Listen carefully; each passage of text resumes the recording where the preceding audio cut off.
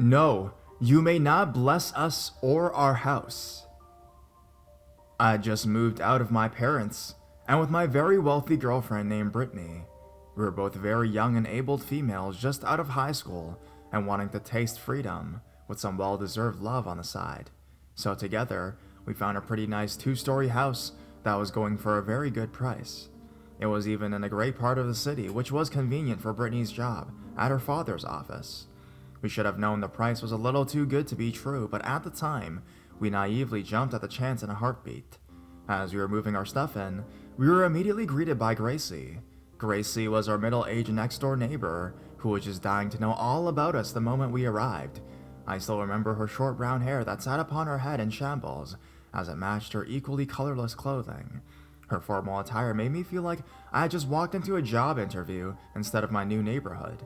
She insisted on bringing some of her pastry dishes for dinner that night, but as we had made plans to eat out already, we promised her another time. Looking back, I wish we hadn't made that promise. The next day, as Brittany and I were working on the living room, with a happy 3-note knock came at the door. It was Gracie with several small cases of breads and other pastries inside.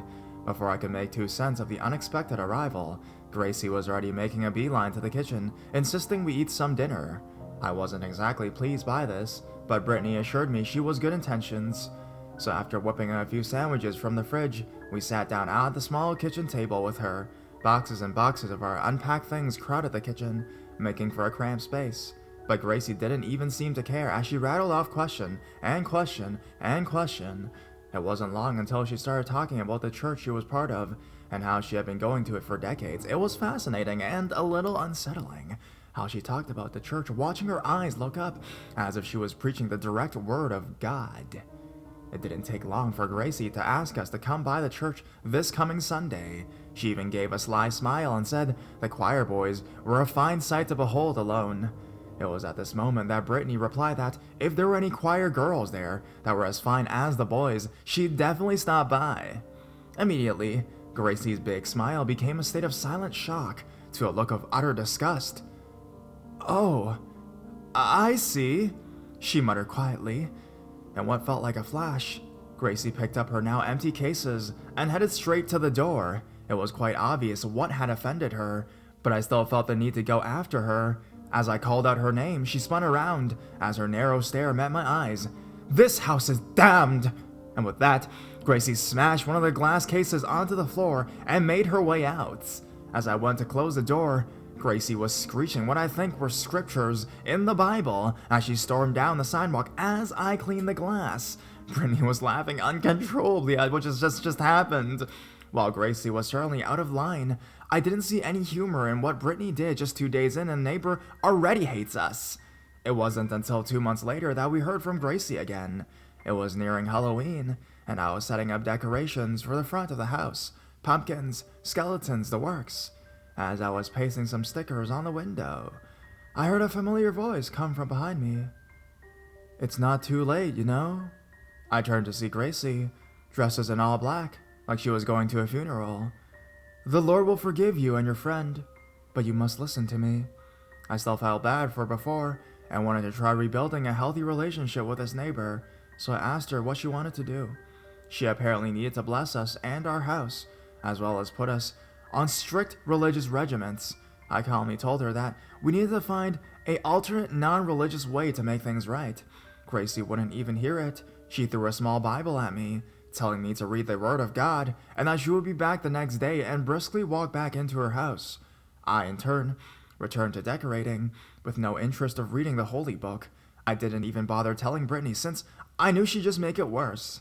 Well, the next morning, before Brittany and I were even awake, we were awoken to loud noises coming from the front yard. Brittany decided to check it out, as I still wanted to sleep. It wasn't long before I heard Brittany yelling profanity outside, so I brought myself out of bed just to see what was going on, and what I saw was shocking. There were pumpkin and skeleton pieces all over the front yard, ripped orange and black streamers blowing away in the wind, and torn stickers on the front porch. Lo and behold, it was Gracie! As she held streamers and pumpkin pieces in her hands, Brittany was yelling right in her face. Did this woman really destroy all of our decorations like that? Gracie saw me and demanded to know if I had read the Bible. I couldn't even get a friggin' word in. Brittany was demanding she leave at once or the police would be called. Gracie, obviously not wanting that, tore off back to her house. It was at this point I realized this was a problem that I didn't want and certainly did not need. After that, Gracie resorted to putting Bibles on her doorstep every night, and sometimes even preached in front of our house. This was usually met with Brittany running out and scaring Gracie away. This made me feel very uneasy, and Brittany especially angry. We tried going to the police, but they seemed reluctant to do anything about it. They constantly promised to go talk to her, but I don't think they ever did. Part of me thinks it's because they had bigger problems than little old ladies that threw Bibles in glass cases. But another part of me thought mine and Brittany's sexuality could be a factor as well. I spent numerous nights crying as Brittany helped me. This wasn't the dream we envisioned living together. Things came to a boil a few days into December. I was just finishing snow shoveling when I found myself being pushed out of the way as Gracie was headed towards my house. I didn't even notice her coming. I demanded to know what in the world she was doing. She made her intentions very clear as day. She was going to bless us and the house, whether we liked it or not. I wasn't having any more of this. No, you may not bless us or our house. Gracie shook her head and said we would thank her eventually. It was then Brittany came outside and kept Gracie from going into the house as at the moment, I called the police. What I didn't notice was that Gracie went for a snow shovel until it was too late. She began smashing the living room windows, which I assumed she was doing for a way to get in. However, she only managed to shatter a few small panes. Before she could do more, Brittany ripped the shovel out of her hands. With that, Gracie fled to her house, screaming, "Lord, cleanse my soul, Lord! Cleanse my soul, beast! Beast!" and slammed her door. After that, we decided it was best to move in with Brittany's family as we looked for a new place to live. Yes, we were doing nothing wrong and could have kept fighting, but we didn't want things to escalate any further with Gracie. We were out at the end of December, but in that whole month's time, we didn't see Gracie at all. That is, until we drove away from the house one final time. Out of the corner of my eye, I saw Gracie speaking some words through her front window. Was it another verse from the Bible? A death threat? Hell, maybe a moment of clarity asking for forgiveness. I don't know for sure. But there's one thing I do know. Gracie, let's not meet.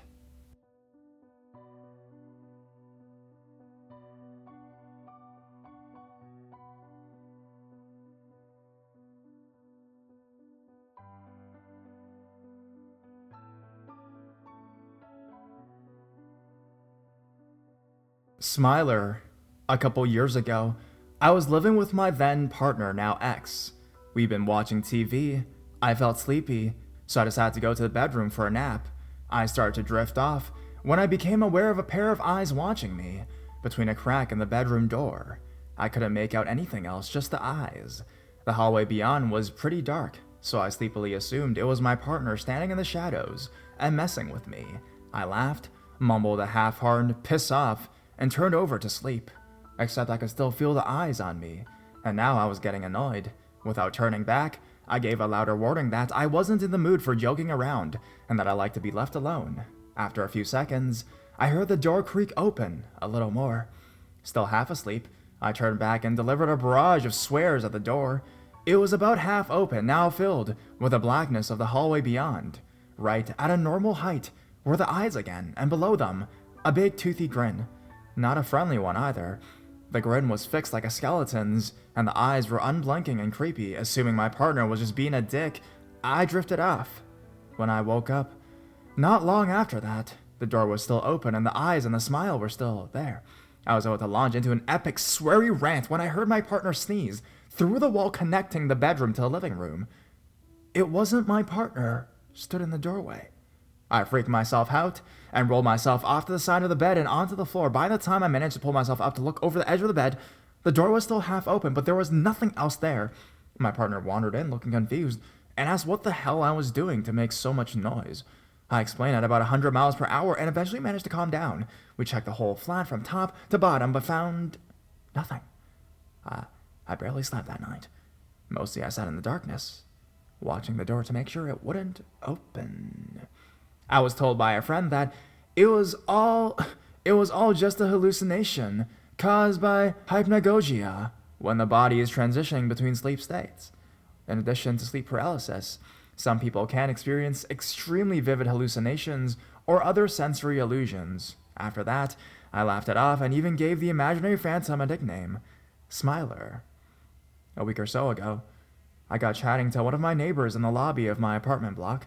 He happened to mention that he recently caught our mutual landlady letting herself into his flat one afternoon for what she tried to claim as a random spot check, which is totally illegal. Another neighbor now claims to have seen her letting herself into my flat while I've been out and taken her time about it once she was in there. I am now way less convinced that whatever I saw was just something in my head. I tried complaining to the agency who managed the property, but without any hard evidence, it's difficult to prove anything. Now, I keep my keys turned in the door lock whenever I am home, and I've got a camera watching while I am out. So far, nothing. So, Smiler, unless you turn out to be a figment of my imagination and not my creepy landlady, keep your distance and let's not meet.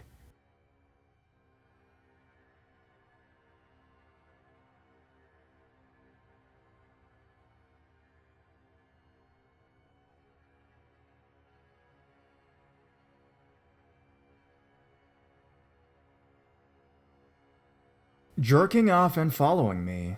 While debating and asking mods if it's okay to post my story about a shitty, violent thing that happened while I was hitchhiking, I figured it'd be kosher to post this little thing.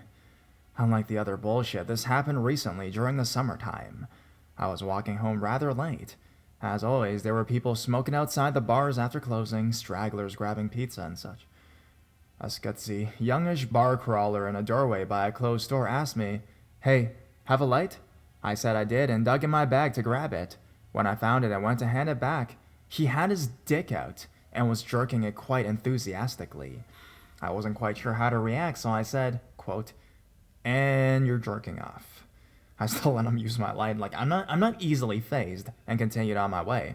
I live one street up from this bar crawl. As I turned up to this dark residential area off the main street, I heard a bike behind me. It was the jerker. He slowed down and rode beside me. "Can you watch?" he asked. "Nah," I replied. "No, you can just watch. It won't take long, please." There was an urgency in his voice. I suspect he was tweaking. "Thanks, I'm good," I said. He rode alongside me for a few more seconds and then took off. I didn't feel threatened or anything like that, but it was a little creepy. The huge Let's Not Meet story, of course, is the one about the old man who went insane in my building and got crawlspace happy. And the story about the claw hammer I'll be posting tonight, but I'm not sure if it's polite to link my subreddit, so reckon I'll play it safe and not. Bonus tip from someone who has been flashed a lot. If you are flashed, don't react with anything but nonchalance. It's like they like it when people get shocked, you know. My advice is to ignore it or laugh.